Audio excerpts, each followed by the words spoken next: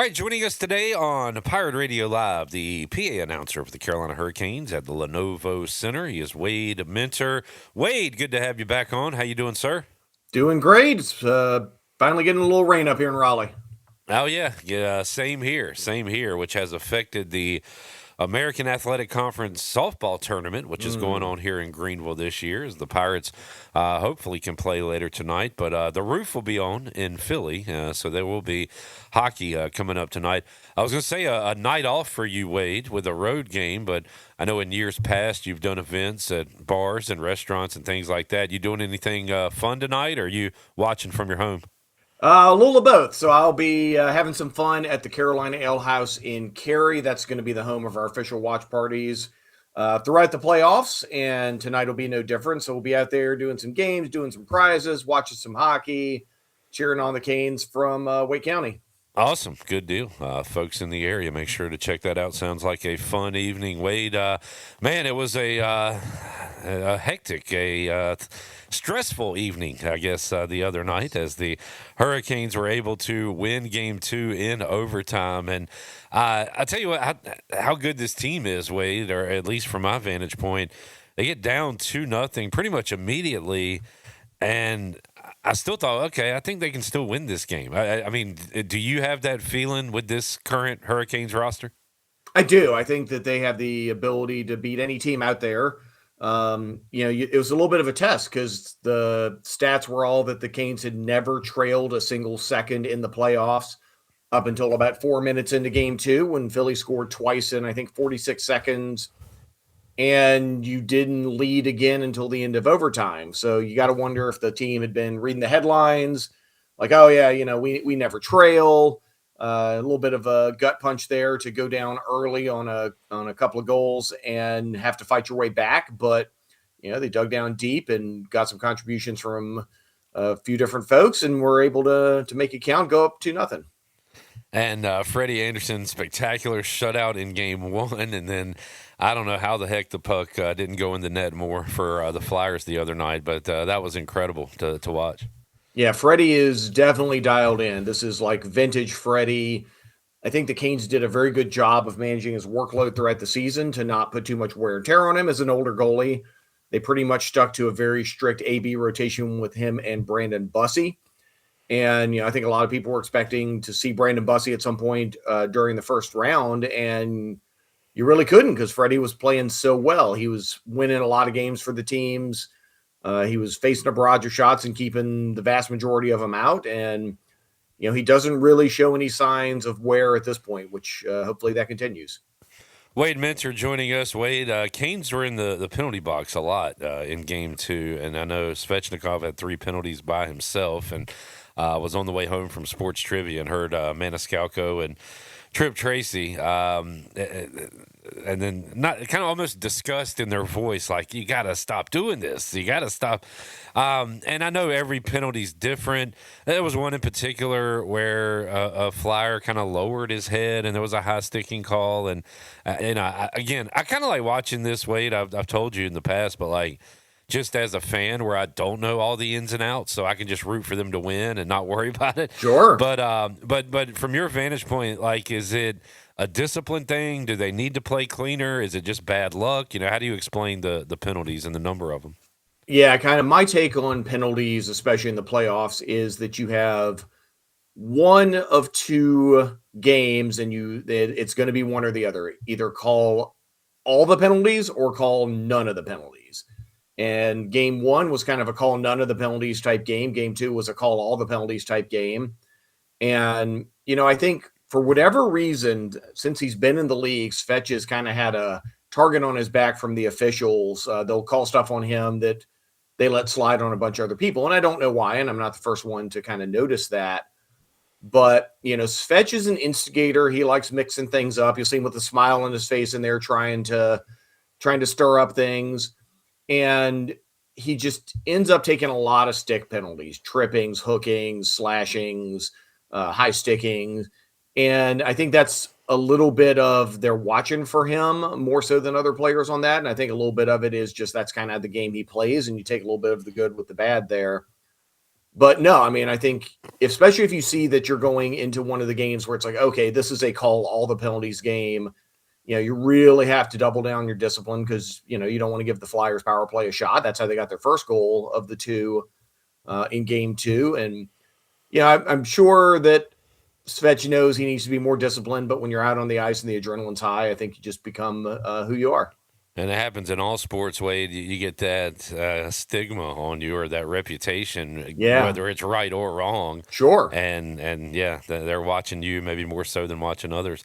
Wade Minter joining us. Heard a lot about Seth Jarvis kind of getting out of his rut. First of all, was he in a rut, Wade? How important was that goal for him? Is a huge goal because the Canes have swept the first 6 games of the playoffs with almost no contribution from their top line. Yeah. The Aho Jarvis Fetch line has been very, very quiet. The Stankoven line has been carrying all of the play. The fourth line of Mark Jankowski's is bringing the physicality. The shutdown line, Jordan Staal line's been doing what they need to do, but the first line's been very, very quiet. They haven't had a lot of good looks. They haven't had a lot of finish. So on the one hand, you can say, that's bad that, you're not getting production out of the top line with all those 20 goal scorers from the regular season. On the other hand, you can say, well, you want depth scoring. You want other people to be able to carry the load. And that's what the Stankoven line has done to a T. So you can say, well, if the first line's not really getting going, that's bad news for the Canes. You can also look at it as if that first line does get going, like who's going to stop them?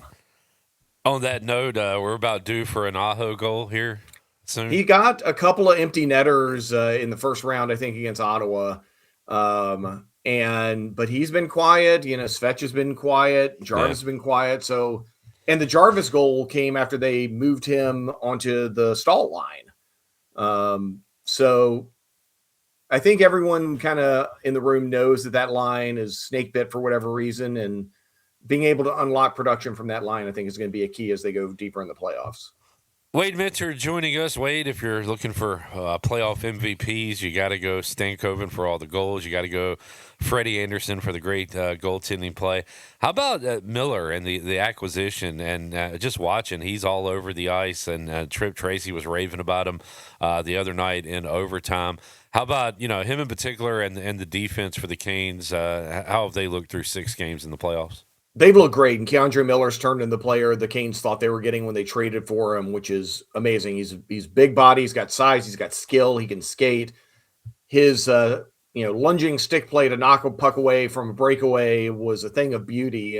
No penalty. He looked like slaving out there. And while this isn't the Canes defense of the past, where they're very much down on like shot suppression and things like that, I think what you saw during the Ottawa series and what you're seeing in the Philly series is that there's just no room to do anything in the defensive zone. Like they are in the right place at the right time. They're pressuring. You can't make decisions because they're on you so quick. And I think they're a big part of why the Canes are 6-0 in the playoffs, because there's just no room for the opponents to move out there. It's going to be a hot building tonight, Wade. This game 3.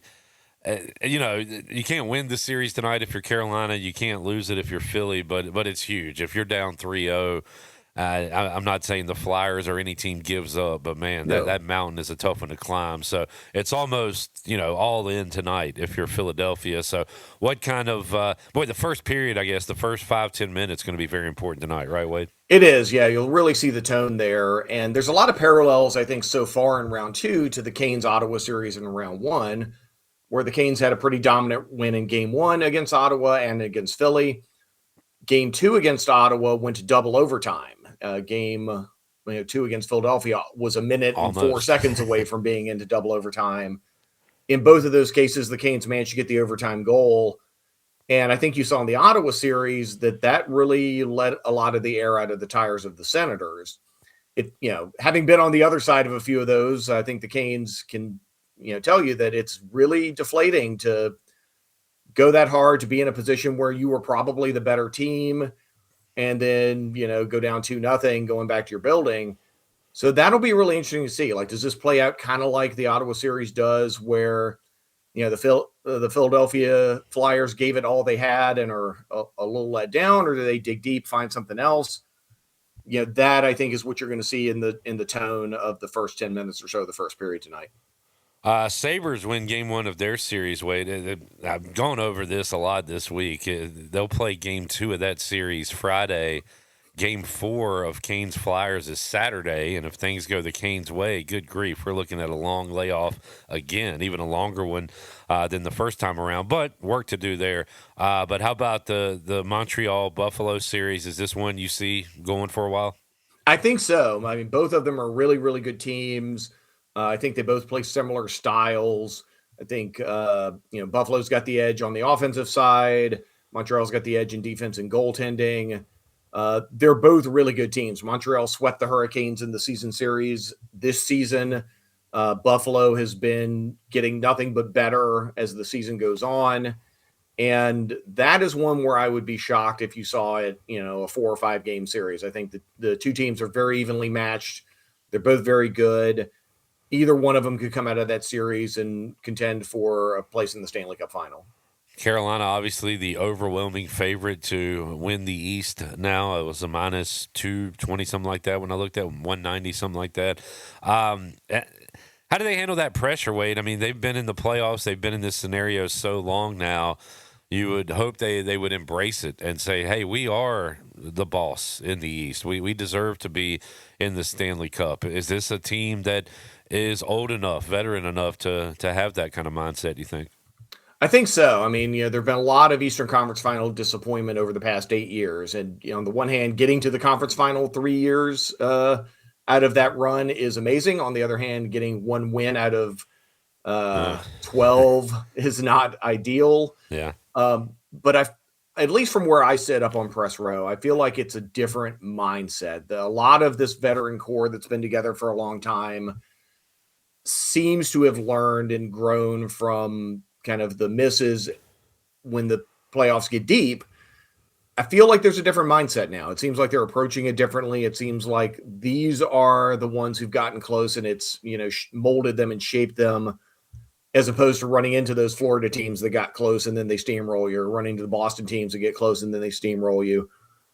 I think that this team is different. And you'll never find out until you get into a conference final and prove that you can win 4 games. But I think the mindset around the team is one of experience, and I think that should play to their favor. Feels like the Canes are, to use like a Game of Thrones reference, they're fighting their battles here, and then the White Walkers out in Colorado are looming kind of behind the wall. Colorado is doing what Carolina's doing basically, and maybe even in a more dominant fashion out west. So it looks like, Wade, a crash course. Hurricanes, Avalanche, but a lot of hockey to be played. But Colorado looking good, right?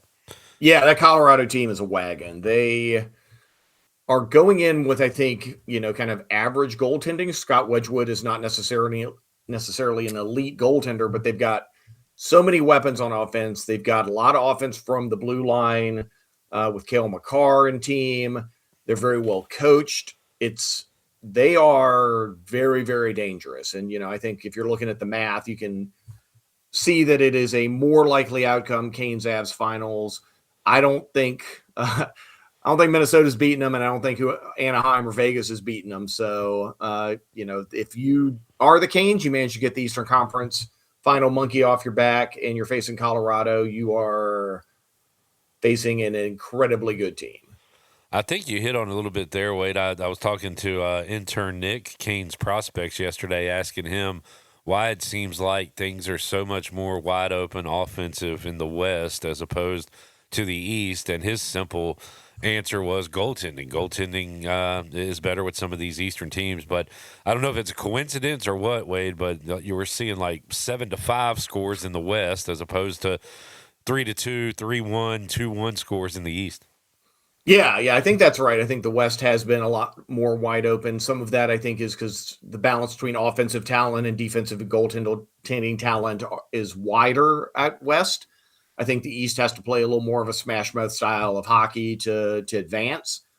And if you end up in that spot where you've got, Colorado who can hang up 9 on a team pretty easily, in the Canes, who tend to grind out, 2-1, 3-0, 3-2 type victories, whose system will prevail? Can Right. a shutdown defense and a shot suppression team take out a very prolific offense? Does the offense eventually just kind of overwhelm any team out there? Like, that'll be the story to see if you get to that point. For now, it's taking care of the Flyers. Game 3 coming up tonight in Philadelphia. Wade, always enjoy it, man. Thank you so much for joining us with your insight and opinions, and we'll do it again down the road, man. All right, Clip. Thanks for having me out there. Hope the rain holds off for the Pirates, and we'll see you in the next round, hopefully.